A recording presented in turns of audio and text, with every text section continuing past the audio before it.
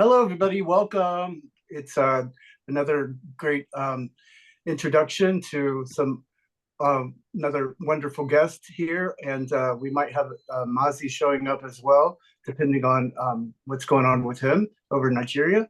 But sending good vibes to him. I know he's had some challenges lately, so we're hoping that everything's stable in his community right now. But today we have Steve Weber, who is an author of this wonderful book, Infinite Frequency, and we are going to hand it over to him and have him tell us who he is and tell us about your book as well. Welcome. Okay, yeah, thank you very much, and thanks for giving me this opportunity. So yes, Steve Webster, as you can see, recent cancer guy. I was diagnosed with cancer in mid-January, and it was stage 4, and it was a hell of a shock. And basically, they told me I had 3 months to live. And the kind of person I am is I just believe in frequency. I believe in energy. I'm a hypnotherapist. I write books on consciousness, and I accepted that the cancer was caused by me, but therefore I must have the power to undo that. And I can tell you now that 6 months after the diagnosis, I'm cancer free. I did a lot of work on myself. I did a lot of some chemo, and that explains this. So that part's out of the way. Yes, I have been very much a businessman all my life, CEO, project manager, a commercial goon, if you like. But I always, from when I was this high, wondered, what is this all about? Because I couldn't understand the fact that we live, almost we exist to exist. So you're born, you go to school, you go to work, you procreate, and then you die. And you think, hold on, no. And in that time, you get offended and you go through the motions, and society programs you to be this earth robot that you are. And I thought none of this makes sense to me. So again, from when I was that high, I've looked for an alternative. And I believe that I've been blessed that that information has been coming to me. I don't make out that I'm a channeler or anything like that, but the information in the book is so brilliant, in my humble opinion, that it certainly didn't come from me, because I'm not that smart. So it came from somewhere. And I believe that people like Einstein just vibrated in a different dimension. So you remember he said something along the lines of, you cannot solve the problems with the same thinking that caused them. And that's what science is today. We look at this and we treat everything from a physical aspect, and we ignore the subtle energy. And meanwhile, that's why we can't solve any issues. We are constantly looking for the smallest thing. We're constantly looking for the biggest thing and never finding either of those. We are constantly looking for the new particle, which, by the way, is a complete waste of time. I think that this universe is designed that we can never find the floor, we can never find the ceiling, we cannot find the sides of the box. We're in this consciousness prison, and it's deliberate in order that we look into ourselves, because that's where the answers are. If you can imagine, science is looking outwards. It's always looking outwards to say, oh, this red thing, what is it? What's it constructed of? And you'll never find, you can, classical physics tells us what, okay? So this apple fell from the tree. How? Well, it must have been gravity, but it can't tell you the why. Quantum physics goes one step further. It operates at a higher dimension. And that's really interesting. It tells you some of the how, but it can't tell you the why. Why does an electron do what it does? Why is a photon? Why does it travel? Why does it never lose energy? We have no answers. We only understand 4% of matter. And if we understand even that matter, we can't explain. So is there a graviton, for instance? Why, if I take an electron and I move it up a valence level, it suddenly creates a new element? Why is that? We do not have the answers. And man is always looking for certainty. So what we do is, I don't know if you know what a syllogism is. I didn't until recently, but a syllogism is where you have a theory that is based on circumspect evidence. But because of our human need for certainty, we then assume that that's a fact and we build on it. One of those syllogisms, for instance, is the Big Bang Theory, which never happened. Absolute bullshit. Okay, so here suddenly we're expected to believe that 14 billion years ago, there was some weird explosion that was smaller than a pinprick, and all the matter that we see in the universe came out through that pinprick. Well, even if that happened, which no, it didn't, what was before? What caused the pinprick? Where did the energy come from? What is space expanding into? But we don't explore that because those answers are just too big for us. It just So pushes instead the we say, question farther back of what caused the Big Bang. It's just pushing the absolutely right. original question of source or what have you. Absolutely right. So in my mind, there is a subtle energy. There is a non-physical argument, realization, source for everything that we see today. And obviously science is only about physics. So I support science by all means, you know. I mean, it's helped us look at the instantaneous interaction we have, look at the Zoom meeting we have, look how it helps with some medicine, okay, and diagnostics. But the fact is we are going down a rabbit hole because yes, great, we've now found the next new particle and we believe there are other particles. How is that going to help humanity? How does that help the homeless? How does that help any of us learn where we came from or where we're going to? Okay. Anyway, stop me if I'm going down a rabbit hole. I'm sure you got millions of questions. You asked me who I was. I kind of explained that in a Big Bang kind of way. All right. So over to you guys. And let's open up to John as well, because he introduced us to you, and I think he's quite brilliant as well. And do you have any questions for him? Because I'm that's a open. Big Bang Theory. I'm a sponge. That's a Big Bang Theory approach too, because I have an abundance of questions, and it's been an absolute pleasure. I mean, as I said, I've like Liz, I've only got about a third to two-thirds of the way through the book, but already I'm absolutely blown away with the concepts and the ways you're challenging what is really out in the open to be challenged. You know, I mean, I think it's a really well written book. I think you've embraced. I think it was, and you've quoted a lot of this as well. But Einstein said, if you can't explain it to an 8-year-old, then you probably don't understand it yourself. You Right. know? And that's one of the analogies I took on board when I wrote my book for my kids. You know, so I really think you've embraced that and you've written it from a quantum physics perspective, but in a way that is understandable for most people if they take the time to read into it. Right. You know, so really impressed. I've got a whole bunch of questions and I've been writing them down. I thought you would. And it's by the way, after your questions, I've got a whole bunch of things I want to talk about if there's time and if it hasn't been answered in one of the questions. Sure. Yeah, sure. I mean, what really interested me was, or one of the things that interested me was that when I was a student, I used to play around with electron microscopes, and I was very fortunate to use one of the first electron microscopes, which was like a control panel. I felt like I was in charge of the world. I had knobs and dials everywhere, and one of the things I began to fascinate with me and that I envisioned was looking deeper and deeper and deeper into matter and actually being able to see another universe within that matter. And that was interesting in one of the things you were describing in your book, which was how actually the structure of solar systems and star systems is analogous to even DNA or naturally occurring sequences. And I wondered if you could just explain that a little bit more. Absolutely. Yeah, love to. So like I say, the Big Bang didn't happen. How could this one-off event happen? And yet here we are. And were there other Big Bangs? There's just too many questions when we go down that road. But if you think about our universe, so I'd like to explain what I think the universe is. And in the book, I back it up with some scientific and mathematical evidence. Very short, very simple formulas, because, you know, you don't want to put formulas like that in the book. Anyway, so if you look at our Earth, if I'm standing here, our Earth appears flat because we don't understand the huge expanse of it. So scientists make the mistake of saying, well, look, based on our calculations, this must be a flat universe. That is the prevailing theory at the moment. But they're not thinking big enough. If you go big enough, that flat universe is actually circular, or more specifically, it's a torus shape.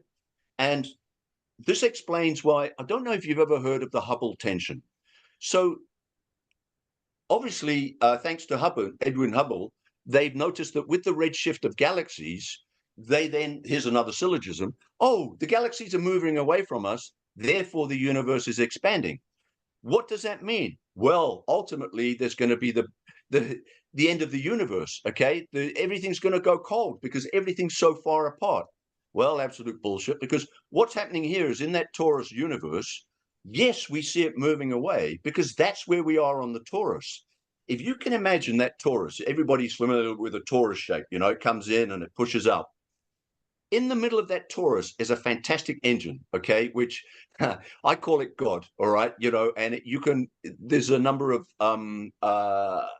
euphemisms that I had ChatGPT come up with, you know, like a giant oscillation device and many others, all right, a grand ordinate dynamo, all right, it's the driver of the universe. It is such huge gravity, that Shapley attractor, that it is pulling in all the stars and all the galaxies in and around it, including Earth. That's where we're hurtling to, is the Shapley cluster, the great attractor.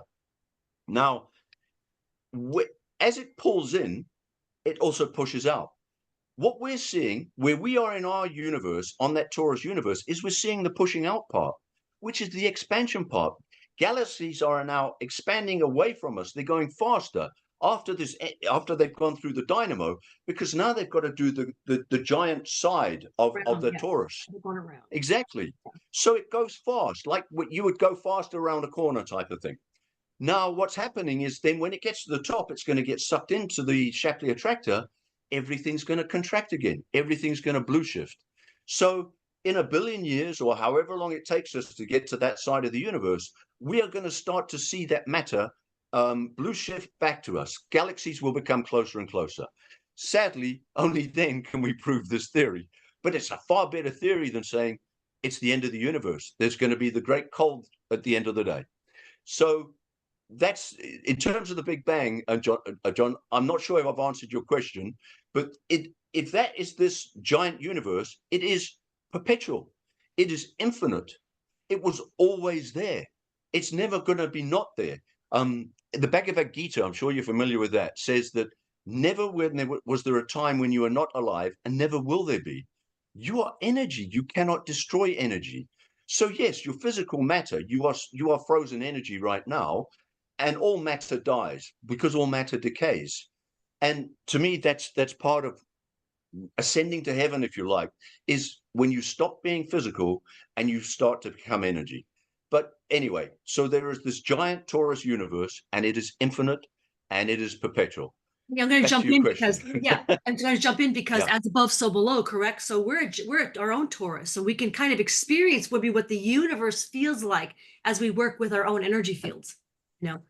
And you know, we're all circles and spirals. And what I also got from what you said, Steve, was that I think scientists are thinking we have a flat universe, like many people think we have a flat Earth. They're just not thinking big enough on a different scale, right?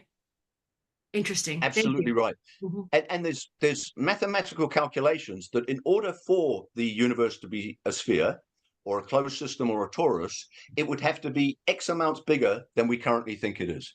There's your answer, you know? So there's maths that backs up. You say in the same breath that it should be a torus, but at the same time it's infinite. And I know you can explain that, but yes. So it's not infinite in size, okay? Although it could be, because in terms of our dimensions, we understand 4D. We don't understand 5D. Is the universe 11D, for instance? We don't know.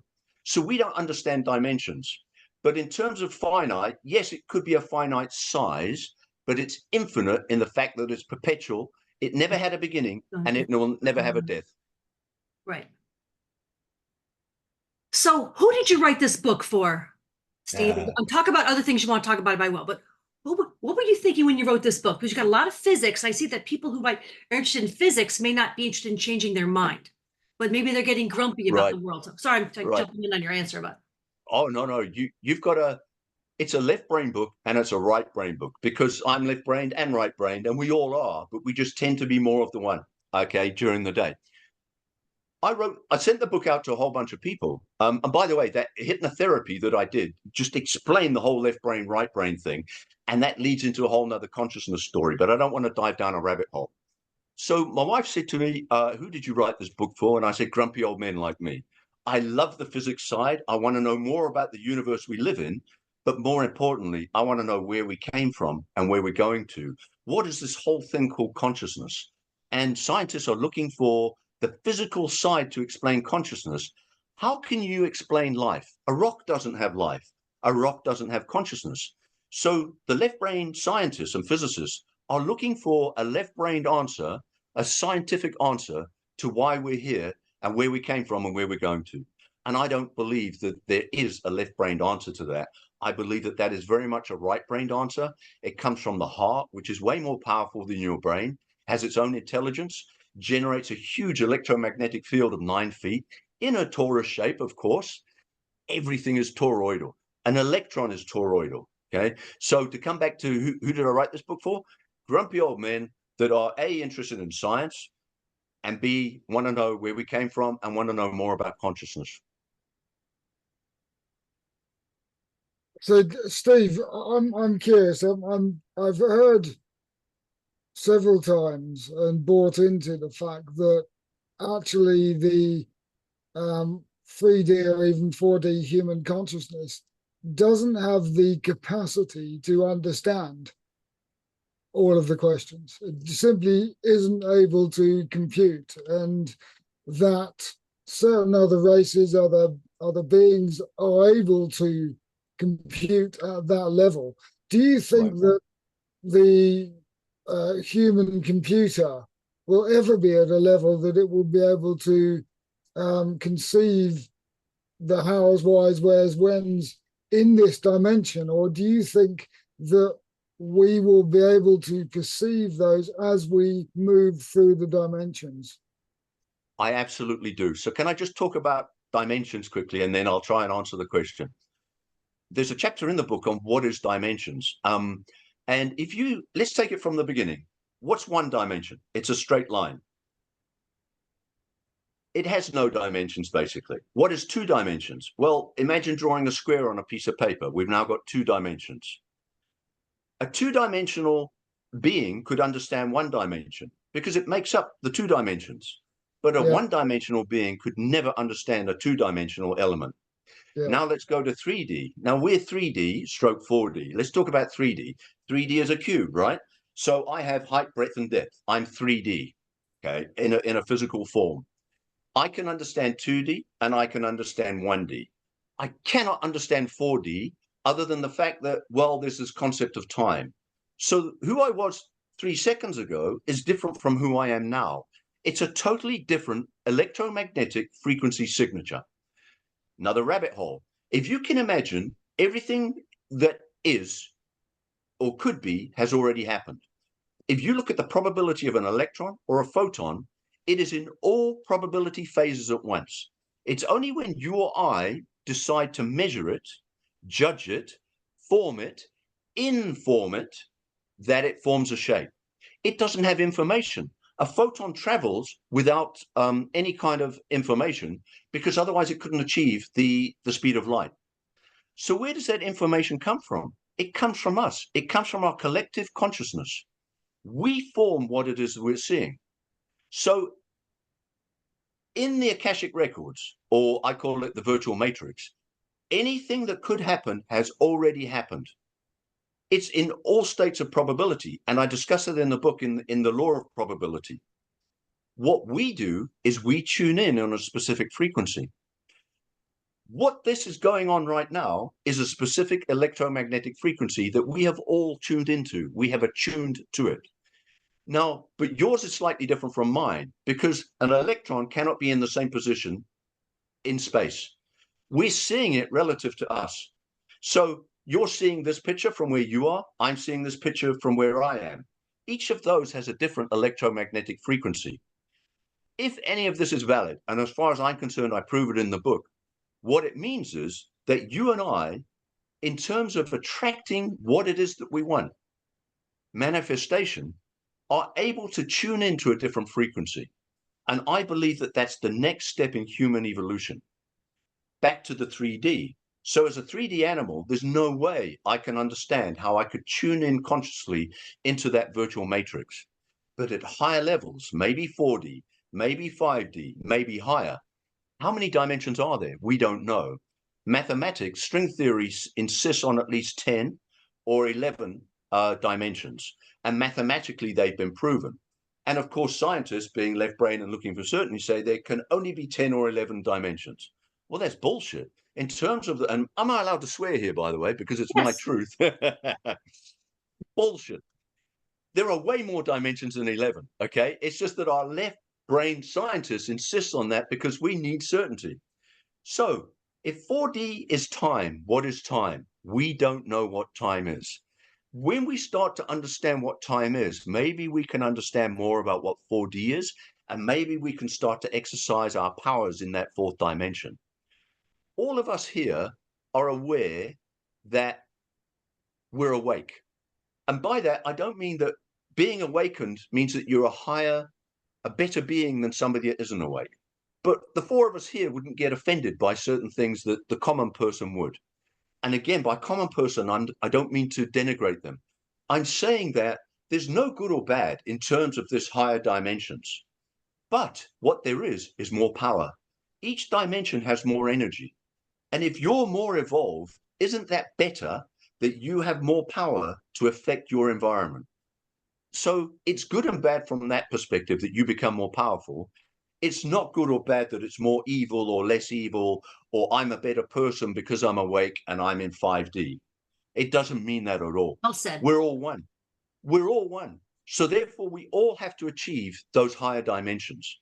So what I think happens is in a 3D dimension, you learn your lessons.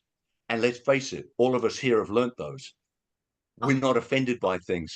We're seeing through the bullshit. We're seeing the mainstream media have the lies. We see how we're controlled by authorities. We're seeing that there are nefarious powers on this earth that are ruling through fear. And the 3D, come 4D, come 5D people, let's talk about 5D, we realize love is in the next dimension. And love is way more powerful than fear. So in terms of dimensions, each successive dimension has more energy than the previous one. So what are we doing when we are going from the 3D to 4D to 5D? We are leveling up like it's a computer game. And as you know, so many studies claim that this is a simulation. And that's really what it seems to be. We are energy in a simulation, and you can attract more power to yourself. And part of that is by exercising your brain, evolving, not being offended, and by using what I call the 5 mind muscles. What are they? Got to try and remember these. Forgiveness. All right. So when we get offended by something, we are exercising 3D thinking. We are making this real. Therefore, we will remain in 3D for as long as we're offended by things. So forgiveness is really important. Okay. Gratitude. We all know how incredibly important that is. The more grateful you are for something, the more of that energy you're sending out, like attracts like. It's not magnetic, it's radio. So you have a receiver and an emitter. Your heart is that emitter. Your brain is an emitter. Where are you receiving? Ditto your heart. So what you receive can only be on the same level of energy as what you are sending out. So if I'm sending out anger and hate and lust and negativity and depression, that's what I'm going to attract back. If I'm sending out love and charity and hope, you are going to attract those things back to you. That is the stage of human evolution in this 3D environment. And that's what we're here. We are here to learn and level up. So we know we need to attract energy in order to level up. Why do we go down levels? Why are we in 3D? It's conservation of energy. So you understand that is one of the most important laws of the universe is conservation of energy, that photons, electrons, anything will revert to its lowest form of energy to save energy. And that's what we do. So in our infinite cells, okay, let's say we're 11th dimensional, we're super, super powerful. there is a natural tendency to revert down the levels of dimensions for conservation of energy. How do we remain at that high level? By constantly learning and obtaining energy. Okay. So I was saying that, sorry, forgive me one moment. I was saying that there was forgiveness, there was gratitude, judgment, attention, focus, and miracles. Right. So, and the third mind muscle is miracles. You are probably familiar with the synchronicities that you are seeing. To somebody in 3D, those don't exist. To somebody in 5D, they are absolute signs of what is going on in the universe. You have started to see those synchronicities, which are, in a one way, those are the linked to the miracles that you can now attract in higher dimensions. But even in 3D, when you start to see those miracles, you are now leveling up. You're appreciating that energy. So judgment, every time we judge something, we make it real. We're confirming that this 3D world is real. So when I say, you know what, you've offended me. Well, first of all, I've made it real, right? Secondly, if, as I've said to you or alluded to, we haven't discussed this in a lot of detail, you and I are creating this universe. We're creating what we see. The photon doesn't have any information. And I want to discuss consciousness circles in a moment. That means that my judgment has collapsed the photon, has collapsed the energy wave, has collapsed the quantum whatever to see what I'm seeing. I have created this. If I judge it, I'm judging myself. Also, we are all connected. We are all one. Why would I judge you when I'm judging myself? So that is one of the really important mind muscles. They're all important, is judgment, the judgment muscle. Stop judging and start to see the wonder in things. Start to see that if 8 things are bad and 2 things are good, why are you focused on the 2 bad things and not the 8 good things? Ditto, consciousness circles, judgment, things. I want to cover that in a moment because there's just too many rabbit holes we go down. So the final mind muscle is attention and focus. You know as well as I do, how do we manifest? By intense visualization and enthused emotion. Why emotion? Well, think about it. If everything we see is frequency, what is frequency? Frequency is tone. What is tone? Tone is form. Think of tone muscle. Tone is audio. Think of the sound that you hear. Tone is visual, okay? Color, okay? So tone is all of these things and several others. If you are able to think of frequency in those tones, to bring in as many tones as possible, you are now creating a much higher frequency. You're amplifying that frequency, and this is how you and I can manifest, including increasing those dimension levels. If we think we're in 5D, if we start believing in some of the things that 5D is, love, not fear, you are automatically going to move in that direction, okay? I'm going to stop at that moment and say, is there any question at this stage? Otherwise, I want to talk about what we see is what we create. Yeah, I have a quick question if you're okay with that, Liz. Yes. So I've been fascinated with the whole raising your vibration through gratitude, forgiveness, unconditional love, joy, all of those things. And I work a lot with my clients along those bases and those principles. But the one thing that I find very challenging is attempting to convey much of what you've just described in terms of forgiveness. I can explain that we're all one, and that when what I say is that when you forgive somebody for having wronged you or harmed you or for an event or whatever, you're not forgiving them for them. You're forgiving them for you because you're all one. But when I occasionally come across cases whereby no matter what I say, I'm unable to explain myself properly. And I hold myself responsible for that because I haven't been able to explain properly what I'm trying to convey.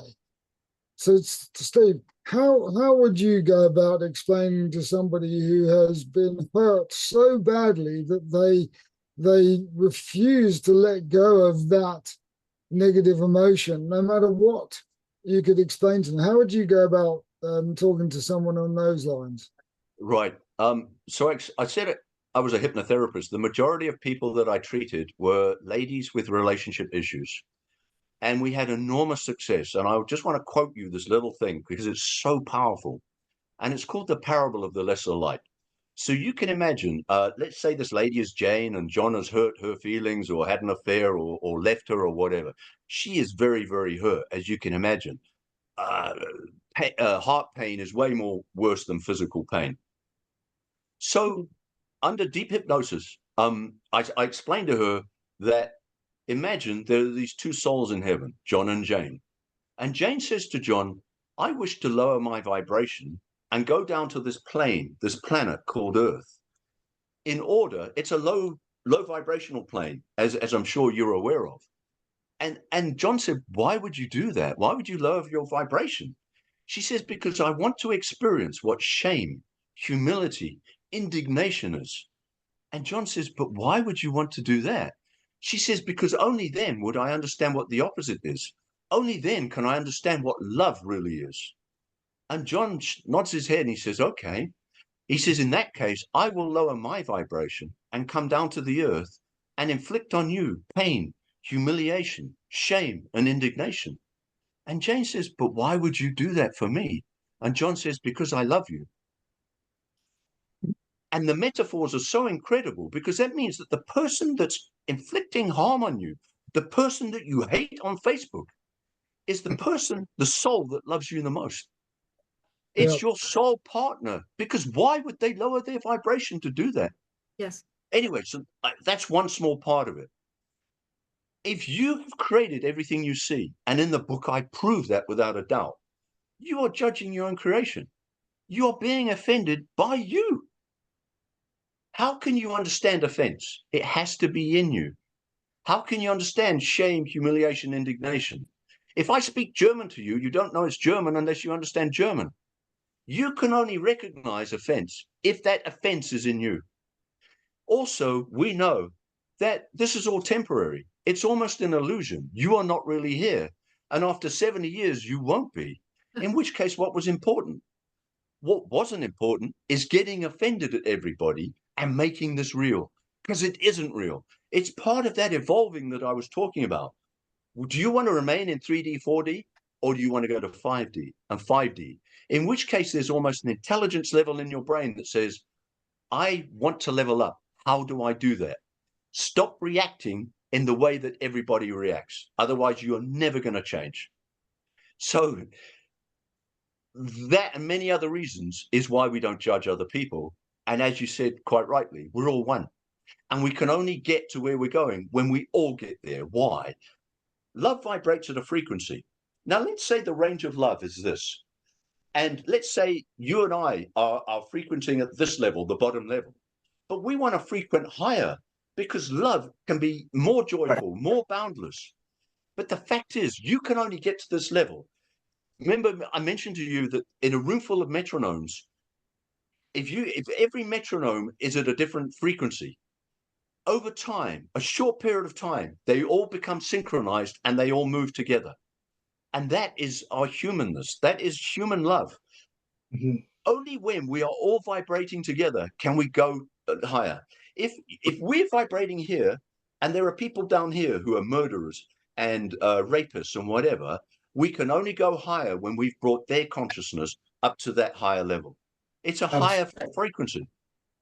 Yeah, I do have a comment and question within that comment. That when I was a student of metaphysics, and well, I'm constantly a student, that back in the 80s, it was explained to me that the dimensions were like an octave, on a keyboard, and in that octave you've got the five different octaves, and the 12 7 white keys, 5 of the black. So you've got 12 different overtones within that octave.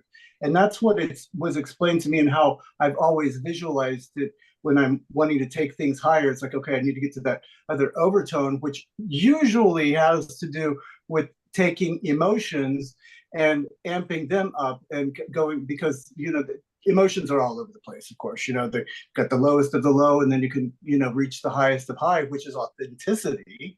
Interestingly enough, authenticity has been proven to be 4,000 times higher than the frequency 528, which is known as the frequency of love. So and that's, I can just imagine that that would be because you are communicating like we are right now, and we are relating, and that's expanding within this. And we all have uh we all want to, we're heart-based beings, basically everybody here. I honestly say that we all come from our hearts, and we want to help humanity, and so within that, do you, what my question would be, what do you think about that model of the overtones within an octave to explain the dimensions? Right. I believe that everything's frequency. That's in the name of the book, obviously. And Yeah. My wife actually believes that there's only one string. Okay, she knows string theory. Again, they're looking for a physical element. Meanwhile, it's frequency. Obviously, it's frequency, And she says that there's only one string. And obviously, that is capable of vibrating at all different frequencies. And that one string is the singularity. So I fully agree with everything that you've said. In the singularity, there's no duality, right? So I see you as different from me. I can get offended by you. You can get offended by me. But ultimately, if we're all to reach that singularity, which, by the way, I think is the highest dimension, the dimension with the highest energy, we all need to become that single frequency. And I speak as if I'm awakened, as if I'm Jesus. Obviously, that's not the case, because boy, have I got a long way to go. I've just started my journey. If somebody cuts me off in traffic, do I get pissed off? Yes, I do. But to me, it's the recovery. How quickly can you stop being angry and realize how stupid you were to get angry? Ultimately, you get an Olympic athlete. You're an Olympic athlete if your recovery is like this. You can go and run a marathon, and within 2 minutes, you've got your breath back and whatever. And that's what I believe that the forgiveness part is, to come back to what John was saying. How quickly can you forgive? It doesn't need to be automatic. It doesn't need to be immediate, but it's how quickly you can do it. It's the forgiveness muscle. You're exercising. Steve, I think there's an actual word in the dictionary called unfuckwithable, and what you're aiming towards is becoming unfuckwithable. It's in the dictionary, so I can say that. I love it. I love it. And by the way, to come to the word fuck, if you're offended by that, you're stupid. Because how can a 4-letter word offend anybody? Exactly. Thank you very much as the prior military person. You've been programmed with all of these things. Yeah, to be offended. Yeah. Can I jump in too? Because you had a great chapter on fear, and Napoleon Hill and others talk about fear being our greatest enemy. It's almost like one of the levels of the game, the fear boss that we have to beat in the game. Do you have any? Now, we've talked about forgiveness. Can you speak a little bit about how to overcome fear? Probably some of the same techniques, but speak on fear if you don't mind. So, again, we were saying, how do we get to higher levels? Love, right? How do you get to lower levels? Fear. Fear is contraction, okay? It's contracted emotions, it's contracted frequency. Love is expanded, okay? So I don't know, do you remember COVID? Yes, we all remember COVID. I was shocked when I walked into an Albertsons in America and the shelves were stripped bare. Why? People were fearful, okay? Oh my God, we're not going to have food. We're not going to have toilet paper. Yeah, they're coming from a place of fear. I come from a place of abundance. I believe that there's absolute abundance, right? So that's love, right? How do we get rid of fear? It's really difficult. The problem is society. So authorities, take religion, for instance, the Catholic Church, especially in the medieval story, all about fear. You are incredibly powerful. You are a microcosmic God. You're a microcosmic piece of the macroscopic God. Even Jesus, look up, is it John 10:34 or 10:35? Jesus says we are gods. It's even in the Bible, right? Yeah, from Psalm 82. You are Psalm 82 gods, exactly. Mm-hmm. You are a god. Mm-hmm. Why can you not believe that? Because of our societal conditioning, our religious conditioning, our authorities telling us that you are nothing without us. So on the one way, it's a shift to stop believing in the authorities and start believing in yourself. Stop believing in gurus, the Tony Robbins of the world. Start looking inside. You've got to do the work yourself. As above, so below. It's not as in this book, thus it will be. It's you have to change your mind about everything. You are here to unlearn fear and learn love. I've had the life of Job since 2016. I lost an absolute fortune in the US. I am so grateful for it. Why? Story in the Bible. Easier for a camel to go through the eye of a needle than for a rich man to go to the kingdom of heaven. The problem with the Bible is people take that literally and say, oh, that means money's evil. No, that's not what it means. What it means is if I'm a rich man, I'm not concerned about what's after this world. I'm not concerned about looking inside myself and undoing the fear. I've got money. I've got power that I can buy myself out of problems. It's the homeless person and the person that's wondering about how to feed their child and the person that's living in absolute fear that can't resolve that issue right now, that they've got to face that fear and overcome that fear. There's a brilliant video that I did on the hero's journey, and I want to send it to you guys on YouTube. And it explains a whole journey, why we're here on this earth, how to undo the fear, how to face your dragons and your demons, and start to find love and start to find that power in yourself. And as you do, several things are going to happen. You're going to start to become more loving. You're going to start to become more powerful. You're going to start to increase in your dimensions. As you increase in those dimensions, let's say 5D, now all of a sudden you have more power. Yes, as you come out of 4D, you get into the bottom of 5D. You're at the bottom of this pile again. You have least power in that new dimension, and you are now finding your way through that new dimension. How do you overcome that? Fear. You still have fear in that 5D, but you have the power to start going forward. It's fear. Fear keeps us maintained in this 3D world. Fear gives us this fear-based world that's full of war, full of lack. Meanwhile, it can be the complete opposite. This is a massively abundant universe. I know I'm going mad, and stop, put your hand up and slap me when I'm going mad, all right? But think about quantum foam. In the universe, I call it infinite cubes. If you were able to break every little cube in the universe up into a tiny cube, in each of those cubes, which are infinite, is the building blocks of us. It's frequency. What happens? What does quantum foam do? Energy comes in, energy goes out. Energy is borrowed, energy is paid back. Where does that energy come from? What it means is that universe is just massive, massive energy.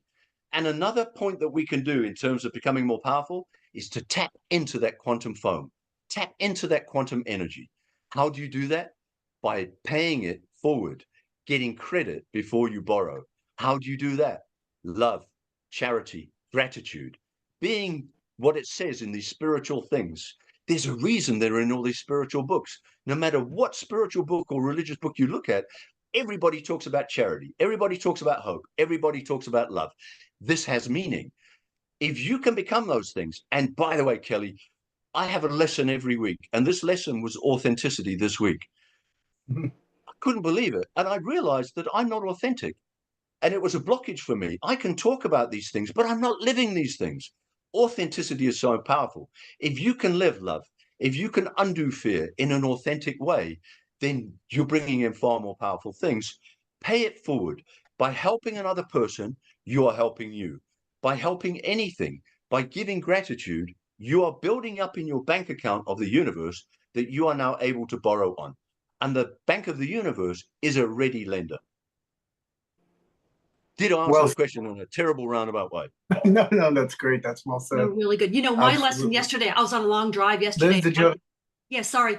I don't know if you guys can, my connection's unstable, but yesterday I was on a long drive and I found myself just thinking of all the little ways I've been offended over the past years, little tiny stupid things that are still raising their little ugly heads. So I'm like, please God, just be done. Like, I don't need these little offenses anymore, like perceived harm, you know? So that was Right. what I was working through yesterday. So, yeah.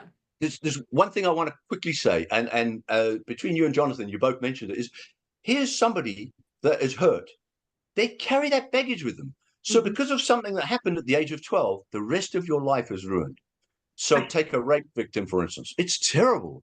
Yeah. But what you're saying is, I am that weak that I am letting this one event that happened ruin the rest of my life because I'm not powerful enough to transcend it. Do you use such brutal approach with your clients, or are you a little more? Or do you have Because I would, I'd be that brutal, and I'd wonder why they were, you know. in the book, I'm that brutal, okay?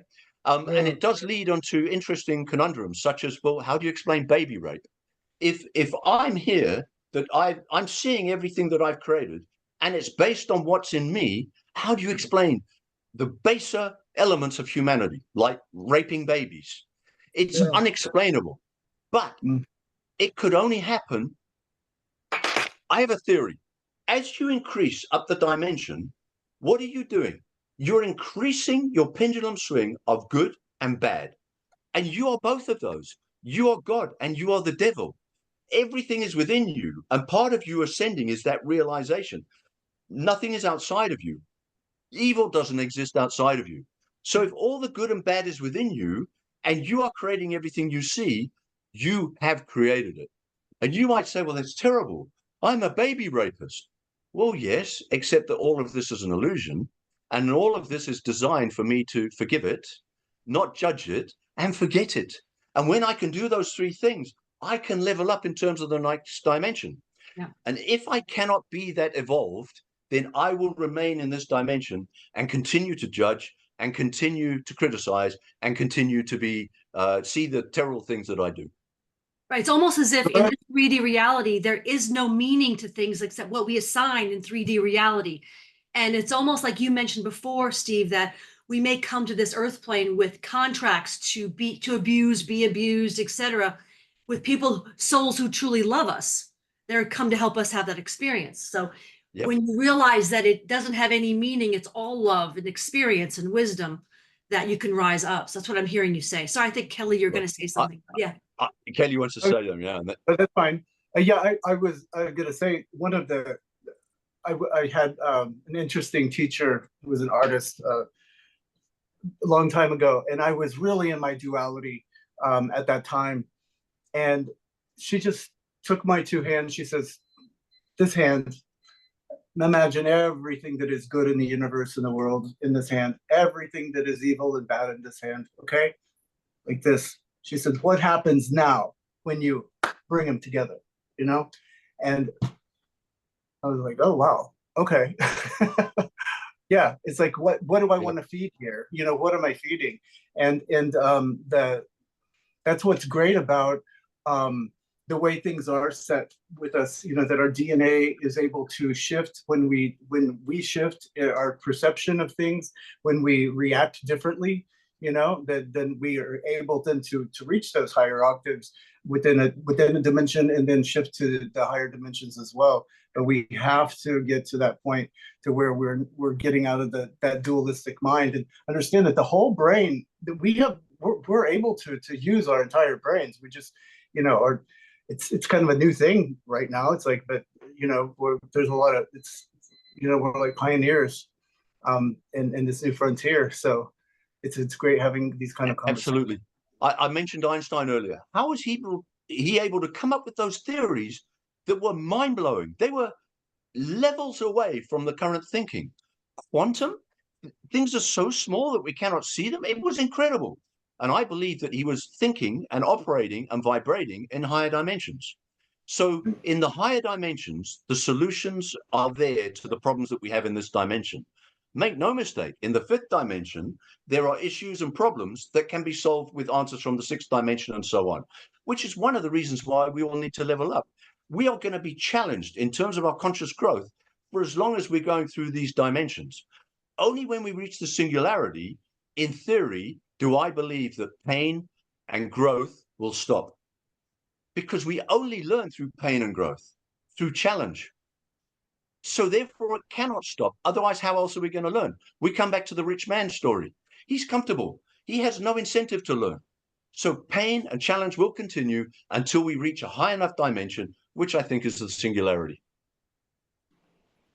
So your singularity is different than what I've heard before about, you know, because there's the other singularity which had to do with us moving into the cyborg and yeah, so that would be the kind of the mirror, I think, of, you know, the darker aspect of what you're talking about, because you're talking about a singularity that would be of light, you know.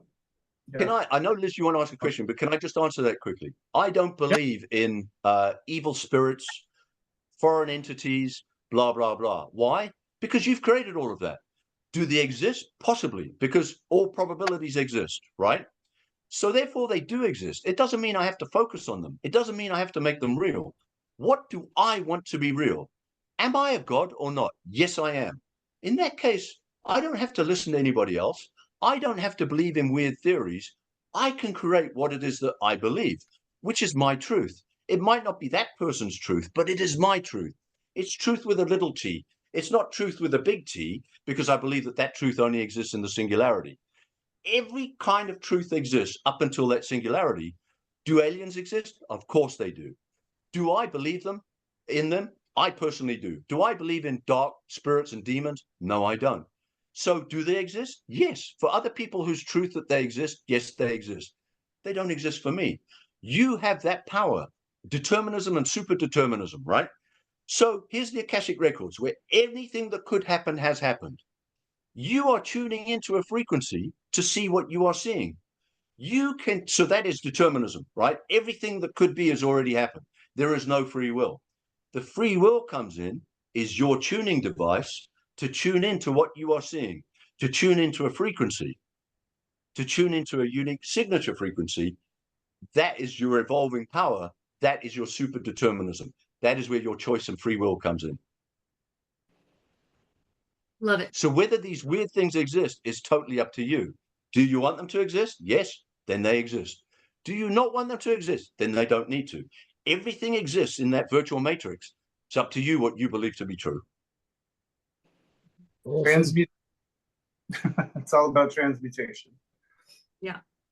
Well, I wanted to just say, Steve, that before we end here, we're not ending. We have a few more minutes. So I don't want to, before we part, want to make sure how to access your book. Where are you on social media, if you have that? And where do you hope to take this work? You've got your book. Do you see clients? Do you have a YouTube channel? Stuff like that. Yeah. Right. Let's start with the YouTube channel. Before this book, I wrote a book called The Law of Creation with my wife, which more focuses on manifestation rather than consciousness and quantum. However, manifestation is quantum, so it does go into some detail there. We have a YouTube channel which is called The Law of Creation, and there are 18 laws of creation, and we cover those 18 laws, and they are fascinating because you don't need to know all of those 18 laws to manifest. But it's like driving a car. The more you know about the systems of a car and the rules of a road, the better driver you become. So the Law of Creation has some fantastic videos, and including what I spoke about earlier, the hero's journey. I fully recommend that.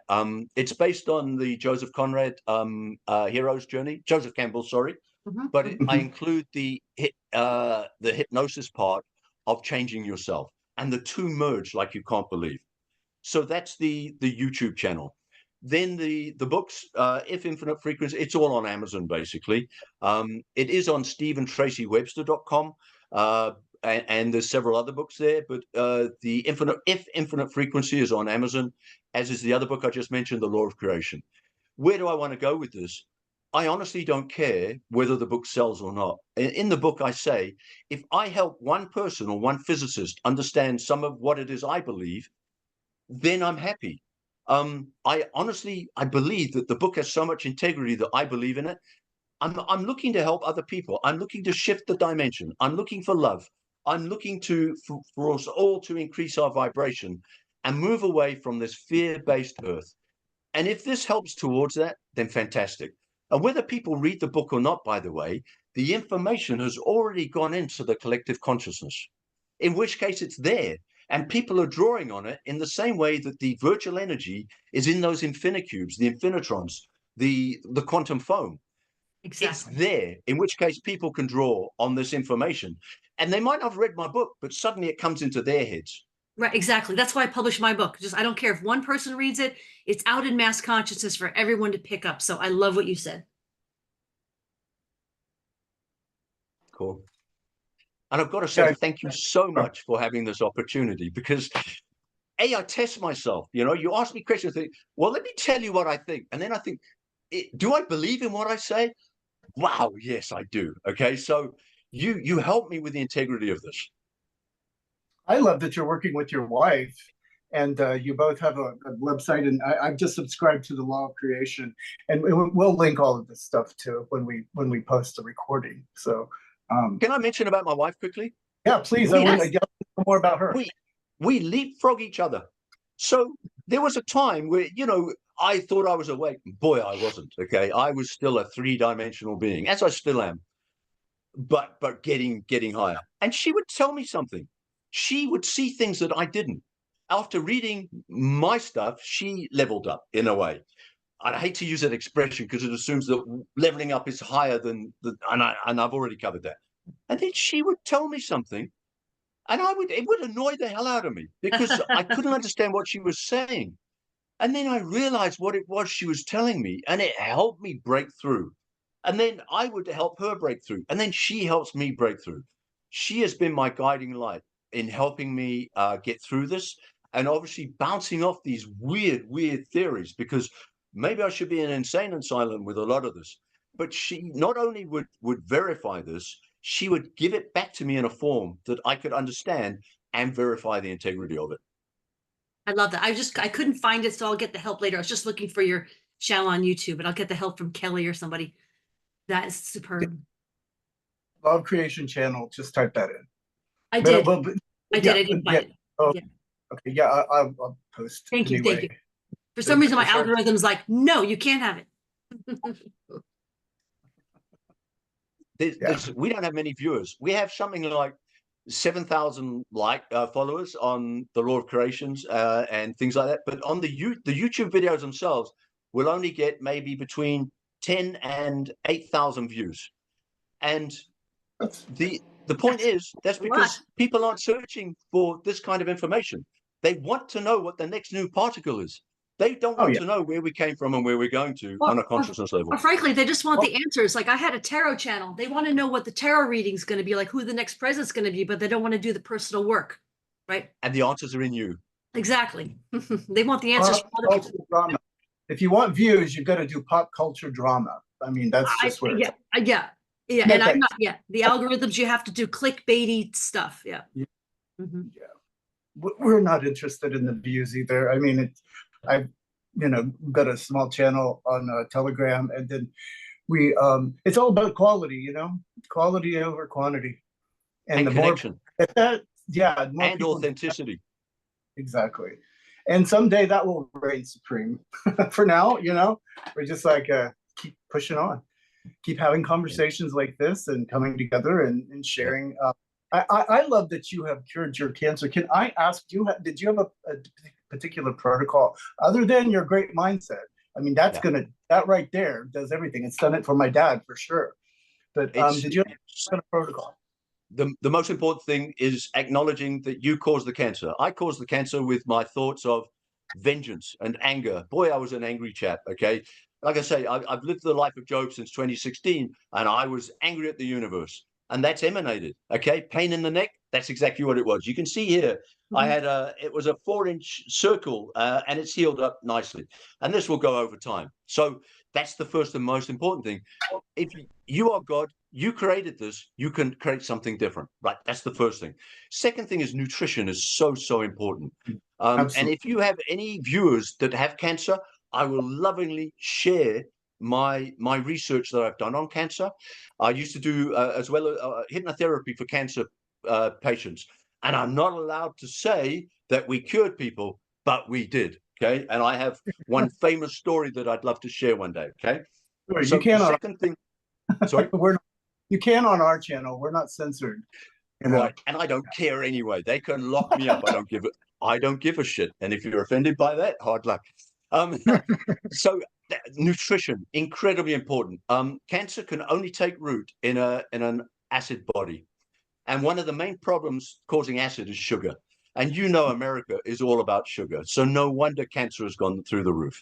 Yeah. Also, I believe the COVID vaccine has contributed massively to the WHO reckons that cancer is going to, by 2036, cancer increases by 69%.